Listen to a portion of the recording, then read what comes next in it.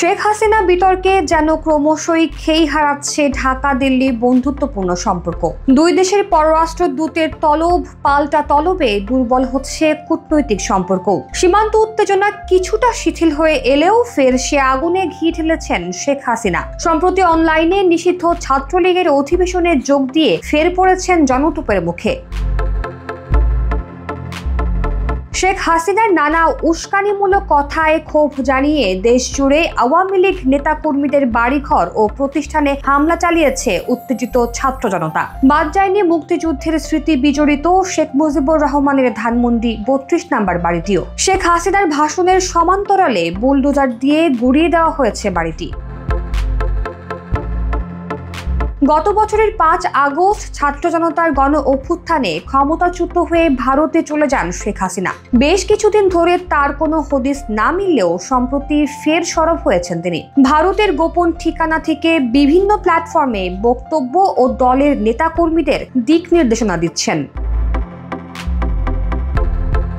গেল ৫ ফেব্রুয়ারি ক্ষমতাচ্যুত হওয়ার ১৮০তম দিনে ফের নিষিদ্ধ ছাত্রলীগ এবং আওয়ামী লীগের ফেসবুক পেজের মাধ্যমে বক্তব্য দেন শেখ হাসিনা। এতে ক্ষোভে ফুঁসে ওঠে সাধারণ জনগণ। শেখ হাসিনা ভারতে বসে বারবার বাংলাদেশকে অস্থিতিশীল করে তোলার চেষ্টা করছেন এমন অভিযোগ আনে বৈষম্য বিরোধী ছাত্র আন্দোলন।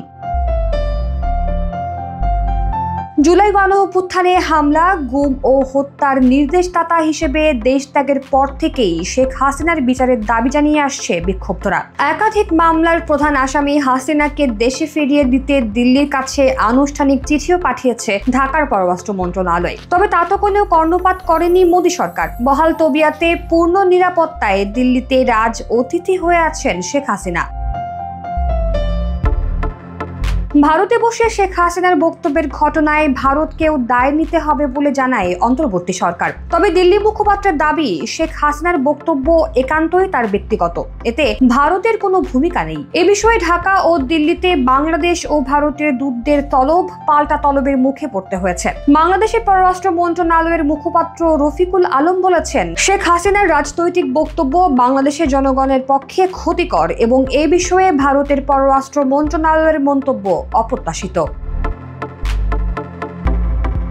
সে প্রেক্ষিতে বাংলাদেশ ভারতকে লিখিতভাবে অনুরোধ করেছে শেখ হাসিনাকে সংযত করতে। তার বক্তব্য বাংলাদেশের জন্য ক্ষতিকর হতে পারে বলেও উদ্বেগ জানিয়েছে ঢাকা। দুই প্রতিবেশী দেশের মধ্যে চলমান কূটনৈতিক অস্থিরতা সামাল দিতে আগামী সপ্তাহে ওমানের রাজধানী মাস্কটে ভারতের পররাষ্ট্রমন্ত্রী এস জয়শঙ্করের সঙ্গে বৈঠক করতে যাচ্ছেন পররাষ্ট্র উপদেষ্টা তৌহিদ হোসেন।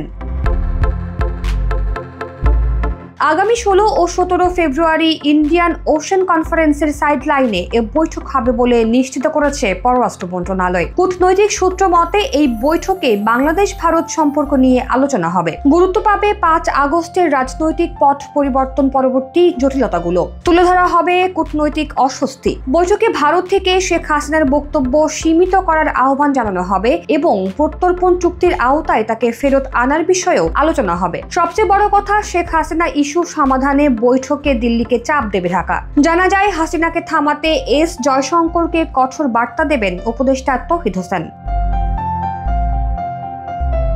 ভারতে বসে শেখ হাসিনা যেন কোনো বক্তব্য না দেন এবং দেশকে অস্থিতিশীল না করে তোলেন, সে বিষয়ে দিল্লিকে আহ্বান জানাবেন তিনি। গেল ডিসেম্বরে ভারতের পররাষ্ট্র সচিব বিক্রম মিশ্রি ঢাকা সফরের পর দুই দেশের সম্পর্ক কিছুটা শিথিল হলেও জানুয়ারির মাঝামাঝিতে সীমান্তের সার্বিক পরিস্থিতি নিয়ে আবারও উত্তেজনা তৈরি হয়। বিশেষ করে কাঁটা তারের বেড়া নির্মাণ এবং সীমান্তে সংঘর্ষ নিয়ে সহিংসতায় জড়ায় দুই দেশ।